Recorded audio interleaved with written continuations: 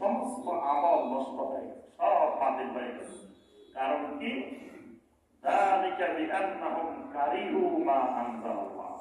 আল্লাহ পাক যা নাযিল করেছেন এটাকে তারা অপছন্দ করেছে। কারা? এই অপছন্দ করাটাই ঈমান ভঙ্গের কারণ।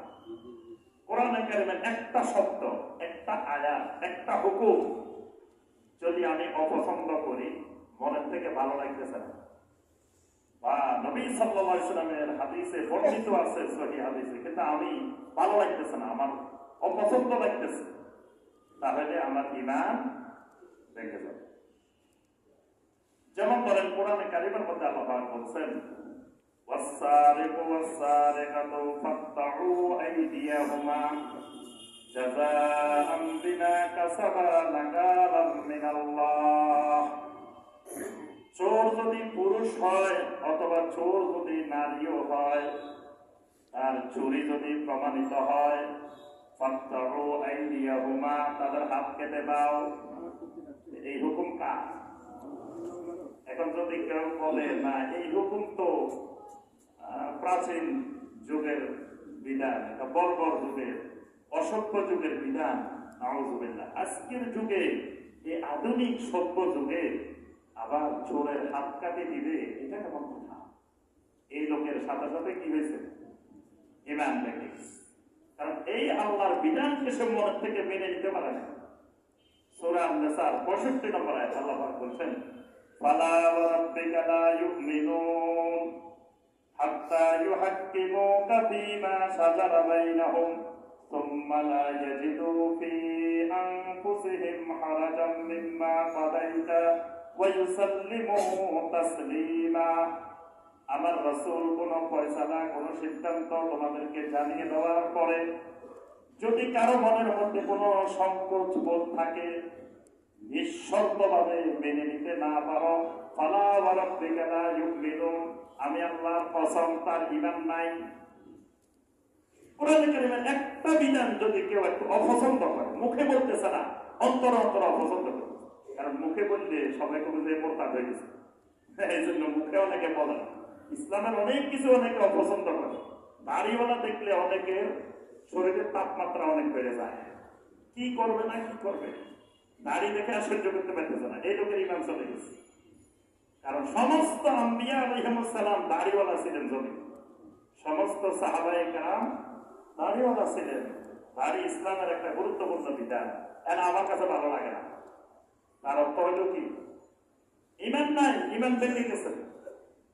বিয়ের জন্য আসছে, সেটা দাড়িওয়ালা, কয় না দাড়িওয়ালা ছেলের কাছে দেওয়া যাবে না। আবার অনেকে আসে কয়, হুজুর ভালো কথা, দাড়ি দেখছে তো, দাড়ি তো হিন্দুরাও রাখে, খ্রিস্টানেরও রাখে, ওই স্টাইলে রাখবো, লম্বা লম্বা দাড়ি দেখছে। একজন আমার কাছে এরকম বলছে, দাড়ি রেখছে একটা স্টাইল করে সুন্দর করে, ওই লম্বা লম্বা দাড়ি রেখছে, এই লোকের ঈমান ভেঙে গেছে। কারণ নবী রাসূলের সাহাবায়ে কেরামদের দাড়ি কিরকম ছিল? লম্বাই ছিল। আল্লাহ রাসূল সাল্লাল্লাহু আলাইহি ওয়াসাল্লাম দাড়ি লম্বা করতে বলছেন। তাহলে এই ইসলামের একটা বিধানকে অপছন্দ করলে ঈমান শেষ, আল্লাহর জান্নাত হারাম হয়ে যাবে, কাফের অবস্থায় দুনিয়া থেকে যাওয়া লাগবে। অনেকে পর্দাওয়ালা বোরকাওয়ালা মহিলা দেখলে গায়ে আগুন জ্বলে উঠে, কয় দেখো এই গরমের মধ্যে কিভাবে নাক মুখ চোখ ভাপিয়ে রেখেছে, কি অবস্থা, মানে সে পর্দাকে পছন্দ করতে পারতেছে। কেউ কেউ আবার বর্তমানে নতুন ফর্মুলা, নতুন তথ্য, মনের পর্দা আসল পর্দা, বাইরেরটা দরকার নেই, বাইরে টাকার দরকার নেই, মনে পর্দা থাকলেই, এই মনের পর্দা ইসলামের এই কথা বলে, মনেও থাকতে হবে, উপরেও থাকতে হবে, দুটোই থাকতে হবে। উপরে নাই, খালি মনে আছে। উপরে যদি না থাকে, আপনাকে দেখে যদি কোনো পুরুষ আকর্ষিত হয়, তাহলে আপনি জান্নাত তো পাইবেন না, জান্নাতের সুগন্ধি ঘ্রাণও পাইবেন না। আল্লাহ রাসূল সাল্লাল্লাহু আলাইহি ওয়াসাল্লাম বলেছেন, নাসাউন কাসিয়াতুন আরিয়াতুন মুমিনাতুন মাইলাতুন, কিয়ামতের আগে এমন নারী বের হবে আমার উম্মতের মধ্যে যারা কাপড় চোপড় পরার পরেও উলঙ্গের মতো থাকবে, এরা রাস্তায় বের হওয়ার সময় এমন ভাবে বের হবে যাতে পুরুষেরা তার দিকে দেখে, তাকায় তাকায় দেখে, তাকে দেখে আকর্ষিত হয়, নিজেকে আকর্ষণ সৃষ্টিকারিণী হিসাবে সাজিয়ে গুছিয়ে বের হবে। আরো কি করবে? রুউসুহুন্না কাআসনিমাতিল বুখতিল মাইলা, এদের বুকের দিকে, মাথার দিকে উটের কুজের মতো উঁচু উঁচু করে বের হবে। মাথার এদিকে উঁচু, এদিকে উঁচু, এরকম করে বের হবে যাতে পুরুষেরা তার দিকে আকর্ষিত হয়। নবী সাল্লাল্লাহু আলাইহি ওয়াসাল্লাম বলেন, লা ইয়াদখুলুনাল জান্নাহ, এই নারী কোনদিন জান্নাতে প্রবেশ করবে না। ওয়ালা ইয়াজিদনা রিহাহা, খালি জান্নাতে প্রবেশ করবে না তা না, জান্নাতের সুগন্ধিও পাবে না, ঘ্রাণও পাবে না। ওয়া ইন্না রিহাহা লা ইউজাদু মিন মাসিরাতি কাযা ওয়া কাযা, যদিও জান্নাতের ঘ্রাণ, জান্নাতের সুগন্ধি অনেক অনেক দূর দূরান্ত থেকে পাওয়া যাবে। সুবহানাল্লাহ। তাহলে মনের পর্দা দিয়ে বাহিরে ভালো করে খুলে বাহির হইলে এটা পর্দা। আর সঠিক শরীয়তের পর্দাকে কেউ যদি অপছন্দ করে তাহলে তার ঈমান ভেঙে যাবে। ওয়াজ্জানিয়াতু ওয়াজ্জানি ফাজলিদু কুল্লা ওয়াহিদিন মিনহুমা মিয়াতা জালদা, জেনাকারী যদি পুরুষ হয় অথবা নারী হয়, অবিবাহিত হলে 100 বেত্রাঘাত করে। কেউ যদি করে না এই আইন তো এই যুগে চলবে না, এটা বর্বর আইন, নাউযুবিল্লাহ, এই মনে মনে বলুক আর প্রকাশ্যে বলুক, এই লোকের ঈমান ভেঙে যাবে। এইভাবে কোরআনে কারিমে যত আল্লাহর বিধান আছে, যত আল্লাহর হুকুম আছে, নবী সাল্লাল্লাহু আলাইহি ওয়াসাল্লামের হাদিসে যত ইসলামের বিধিবিধান আছে, সেটা একটা ছোট্ট মুস্তাহাব হোক, একটা সুন্নত হোক, একটা ফরজ হোক, একটা ওয়াজিব হোক, যেই বিধানেই হোক, একটু যদি মনে অপছন্দ আসে, হোক আসে, তাহলে ঈমান ভেঙে যাবে। আপনার সামনে কোরআনের একটা আয়াত তুলে ধরা হলো বা নবী সাল্লাল্লাহু আলাইহি ওয়াসাল্লামের একটা হাদিস তুলে ধরা হলো, আপনি ওটি বলেন যে না, এটা আমাদের বাপ দাদারা করেনি, ঈমান ভেঙে যাবে। আল্লাহ পাক কোরআনে কারিমে সূরা আল মাইদার 104 নম্বর আয়াতে বলছেন, ওয়াইদা কিলা লাহুম তাআলাউ ইলা মা আনজালাল্লাহু ওয়া ইলার রাসূল, যখন তাদেরকে বলা হয় আল্লাহ রাব্বুল আলামিন কি বলছেন এদিকে আসো, আল্লাহ রাসূল সাল্লাল্লাহু আলাইহি ওয়াসাল্লাম কি বলেন এদিকে চলে আসো, তখন কাফেররা বলে ক্বালু হাসবুনা মা ওয়াজাদনা আলাইহি আবাআনা, আমাদের বাপ দাদাদেরকে যেই বিষয়ের উপরে যেভাবে পাইছি এটাই আমাদের জন্য যথেষ্ট। কোরআনে কি আছে দেখার দরকার নেই, হাদিসে কি আছে দেখার দরকার নেই, আমার বাপ দাদারা, পূর্বপুরুষেরা, মুরব্বীরা যেমনি করে এসতেছে এটাই ঠিক আছে, ঈমান ভেঙে গেছে। বাপ দাদার রসুম রেওয়াজ, বাপ দাদার পদ্ধতি, চলে আসা সিস্টেম, সামাজিক প্রথা, এটাকে যদি কেউ কোরআন হাদিসের উপরে স্থান দেয় ঈমান ভেঙে যাবে। কারণ ঈমানদারের ঈমান আমলের মূলদণ্ড আল্লাহর কিতাব আর নবী সাল্লাল্লাহু আলাইহি ওয়াসাল্লামের হাদিস। এখানে যদি কোরআন হাদিসের সাথে সমাজের প্রচলিত নিয়ম কানুন যদি বিপরীত হয়, তো সমাজের নিয়ম কানুন থাকতে হবে, কোরআন হাদিস ছাড়া যাবে। যদি কেউ কোরআন হাদিসের চাইতে এটাকে অগ্রাধিকার দেয় তাহলে ঈমান ভেঙে যাবে। আব্দুল্লাহ ইবনে আব্বাস রাদিয়াল্লাহু তাআলা আনহুমা একদিন একটা হাদিস শুনেন। হাদিসটা বললেন, ক্বালা রাসূলুল্লাহ সাল্লাল্লাহু আলাইহি ওয়াসাল্লাম, আল্লাহ রাসূল সাল্লাল্লাহু আলাইহি ওয়াসাল্লাম এটা বলেছেন। একজন আসি আব্দুল্লাহ ইবনে আব্বাস রাদিয়াল্লাহু তাআলা আনহুমাকে বলতেছে, ক্বালা আবু বকর হাকাযা, আরে আপনি বললেন আল্লাহ রাসূল সাল্লাল্লাহু আলাইহি ওয়াসাল্লাম এটা বলেছে, আমরা তো আবু বকরের কাছে এইভাবে শুনছি, আবু বকর তো আমাদেরকে এটা বলছে। আরেকজন আসি বলে ক্বালা ওমর হাকাযা, ওমর রাদিয়াল্লাহু তাআলা তো এরকম বলছে, আপনি আবার আরেক রকম বলেন কেন?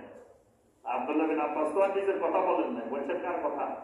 ক্বালা রাসূলুল্লাহ সাল্লাল্লাহু আলাইহি ওয়াসাল্লাম, বলেন নাই যে আমি ইবনে আব্বাস বলতেছি, এটা বলেন না, বলছেন রাসূলুল্লাহ সাল্লাল্লাহু আলাইহি ওয়াসাল্লাম বলছেন। এখন আল্লাহ রাসূলের কথার সামনে লোকেরা আনি দাঁড় করাইছে কার কথা? আবু বকর রাদিয়াল্লাহু তাআলার কথা, ওমর রাদিয়াল্লাহু তাআলা। আব্দুল্লাহ ইবনে আব্বাস রাদিয়াল্লাহু তাআলা এমন খেপা খেয়েছিলেন, এমন রাগান্বিত হয়ে বললেন, ইউশিকু আন তানজিলা আলাইকুম হিজারাতুম মিনাস সামা, আমার আশঙ্কা হইতেছে তোমাদের উপরে আসমান থেকে পাথরের বৃষ্টি নাজিল হবে, আল্লাহর গজব নাজিল হবে। কারণ বলতো ক্বালা রাসূলুল্লাহ সাল্লাল্লাহু আলাইহি ওয়াসাল্লাম, আমি তোমাদেরকে বলছি, এটা আমি ইবনে আব্বাসের কথা না, এটা রাসূলুল্লাহ সাল্লাল্লাহু আলাইহি ওয়াসাল্লাম বলছেন। ওয়া তাকুলুনা ক্বালা আবু বকর হাকাযা ক্বালা উমর হাকাযা, আর তোমরা আমার সামনে আসি বলতেছো আবু বকর এটা বলছে, ওমর এটা বলছে। আল্লাহর রাসূলের কথার সামনে আবু বকর কে, ওমর কে? আমার রাসূল বলছেন, তুমি রাসূলের কথার সামনে আবু বকরের কথা আর ওমরের কথা নিয়ে আসছো। আল্লাহ রাসূলের কথার সামনে কোন ইমাম, কোন মুহাদ্দিস, কোন ফকিহ, কোন মুজতাহিদ কারো কথা রাসূলের কথার সামনে দাঁড় করানো যাবে না। তবে আইম্মায়ে কেরামের কথা, মুহাদ্দিসিনে কেরামের কথা, মুফাসসিরিনে কেরামের কথা, ওনাদের কথা রাসূলুল্লাহ সাল্লাল্লাহু আলাইহি ওয়াসাল্লামের কথাটা বোঝার জন্য সহায়ক হিসেবে নিতে হবে।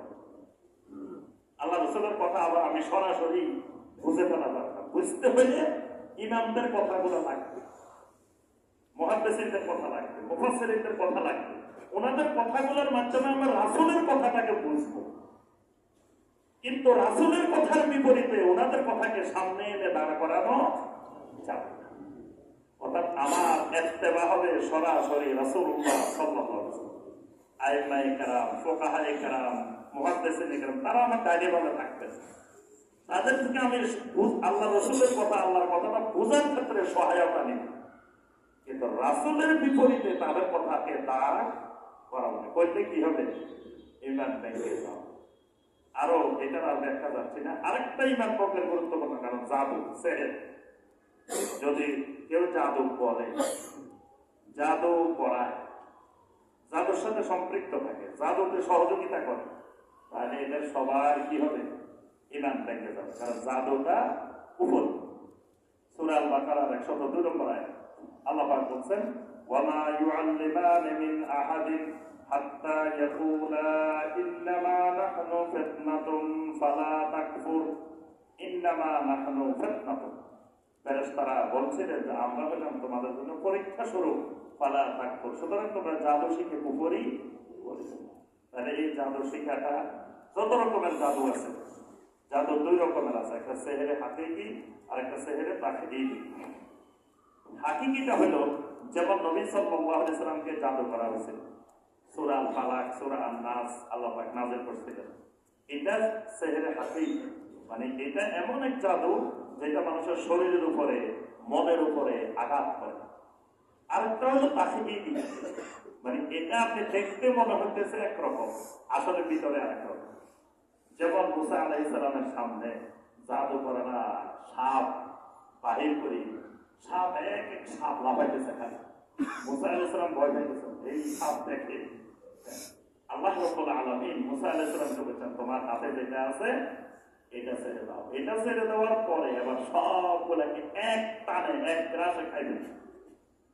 দুই টান লাগে না, এক টানে সব শেষ। ফেরাউন এমন ভয় পাইছে, আরেক টান দিলে ফেরাউনও যায় ঢুকবো লাঠির ভিতরে। ফেরাউনেরা সবাই ফালানি শুরু করে দিচ্ছে। আর এই যে ওই যে জাদু করাটা যেটা দেখাইছে, এটার নাম হলো ধারণাগত জাদু, মানে এটা বাস্তব জাদু না। মাঝে মাঝে একটু বেলকিবাজি দেখা না, যে বিভিন্ন কিছু দেখায়, এগুলো হলো তাকদীরি। এই হাকিকিও কুফরি, এই ধারণাগত জাদুও কুফরি। কোনোটাই করা যাবে না, এগুলোর সাথে কোনো সম্পৃক্ততা রাখা যাবে না। এটাই ইমান ভঙ্গের কারণ। আরেকটা ইমান ভঙ্গের কারণ আল ইস্তিহজা, ঠাট্টা, বিদ্রোহ, হাসি তামাশা করা। আল্লাহর দ্বীন নিয়ে, দ্বীনের কোনো বিষয় নিয়ে যদি হাসি তামাশা করেন, ঠাট্টা বিদ্রোহ করেন, তাহলে ঈমান ভেঙে যাবে। আল্লাহকে নিয়ে, আল্লাহর আয়াত নিয়ে, আল্লাহর দ্বীন নিয়ে, আল্লাহ রাসূল সাল্লাল্লাহু আলাইহি ওয়াসাল্লামকে নিয়ে, সাহাবায়ে কেরামদেরকে নিয়ে যদি আপনি কোন ধরনের ঠাট্টা বিদ্রোহ, হাসি তামাশা করেন, ঈমান ভেঙে যাবে। এই কারণে মিশরে আপনার একটা নাটক লেখা হয়েছিল, মুহাম্মদ সাল্লাল্লাহু আলাইহি ওয়াসাল্লাম নামে একটা আরবি ভাষায় নাটক আছে। এই নাটকটাকে মঞ্চস্থ করার চেষ্টা করা হয়েছে, কিন্তু সমস্ত উলামায়ে কেরাম ফতোয়া দিয়েছেন যে নবী সাল্লাল্লাহু আলাইহি ওয়াসাল্লামের চরিত্রে, সাহাবায়ে কেরামের চরিত্রে পৃথিবীর কোন মানুষ অভিনয় করতে পারবে না। কোন নবী রাসূলের চরিত্রে, কোন ফেরেশতার চরিত্রে, কোন সাহাবায়ে কেরামের চরিত্রে পৃথিবীর কোন মানুষের অভিনয় করা যায় না। এই নাটক মঞ্চস্থ করতে দেওয়া হয়নি। তাহলে নবী সাল্লাল্লাহু আলাইহি ওয়াসাল্লামকে নিয়ে, সাহাবায়ে কেরামকে নিয়ে বা আল্লাহর দ্বীনের কোন বিষয়কে নিয়ে ঠাট্টা বিদ্রূপ করলে ঈমান ভেঙে যাবে। ঈমান ভঙ্গের আরেকটা কারণ হলো শিরিক করা। এটা বলে আমরা আলোচনা শেষ। শিরিক আশিরকু ফি ইবাদাতিল্লাহি তাআলা, আল্লাহর ইবাদতে শিরিক করলে ঈমান ভেঙে যাবে। এই কারণে আল্লাহ সূরা আল-কাহফের 110 নম্বর আয়াতে বলেছেন, জান্নাতে যাবার শর্ত হলো ওয়ালা ইউশরিক বিইবাদাতি রাব্বিহি আহাদা, যে তোমার রবের ইবাদতে কাউকে শরীক করা যাবে না। শরীক করতে সূরা আল-মাইদার 72 নম্বর আয়াত, ইন্নাহু মান ইউশরিক বিল্লাহি ফাকাদ হারামাল্লাহু আলাইহিল জান্নাহ, শিরিক করলে আল্লাহ তোমার জন্য জান্নাতকে হারাম করে দিবেন, জান্নাত পাওয়া যাবে। এই কারণে শিরিক করলে ঈমান ভেঙে যাবে। বাংলাদেশে শত শত শিরিক আছে, এক এক অঞ্চলে এক এক ধরনের শিরিক। দেখবেন এক এক ডিস্ট্রিক্টে এক এক জাতীয় শিরিক। শিরিকেরও বিভিন্ন ধরন আছে, শিরিকের বিভিন্ন রূপ আছে, আবার সময়ের বিবর্তনে শিরিক বিভিন্ন রূপ ধারণ করে। অসংখ্য শিরিক বাংলার আনাচে কানাচে, শিরিকের অভয়ারণ্য। এই শিরিক করলে ঈমান ভেঙে যাবে, এটাও ঈমান ভঙ্গের গুরুত্বপূর্ণ একটা কারণ। তো এই বিষয়গুলো আলহামদুলিল্লাহ অনেক বইতে পাইবেন। এগুলো আরবি ভাষায় বিশাল বিশাল কিতাব আছে, এক একটা 700 800 নামাতে দলিল।